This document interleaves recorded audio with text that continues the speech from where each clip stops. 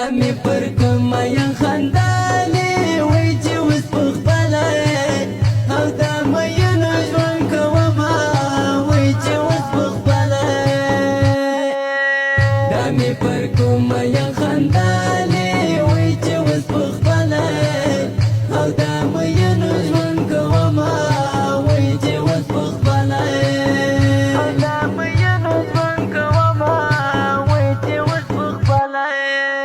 عاشقی زغړی علامه وی عاشقی مکړی لکه ملنګ په پر ساراش په تیر بینا مکړه مینا مکړی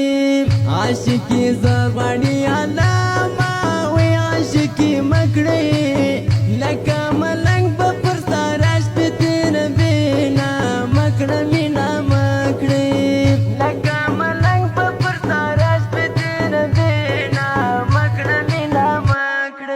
دا می پر کوم یا خندا